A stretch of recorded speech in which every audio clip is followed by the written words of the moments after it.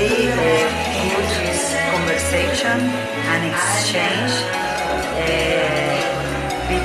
of information between our countries. His interest to visit Cuba, he has a very good impression for his to visit in Cuba. We will arrange a good visit next month, and he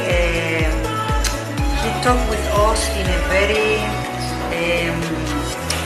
simple or intelligent way. He has a very good skills of English and also Spanish, a very good sense of humor.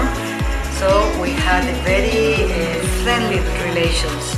Yes, we will continue getting in touch in order to deepen our links of working, and we are very, very honored and very happy to have met him, because he is a very cooperative person. He said to us, if we have any issue in Indonesia, immediately we can contact him. He's very, with solidarity with Cuba, he has a very good feelings regarding our historical relations since the beginning, since our leaders.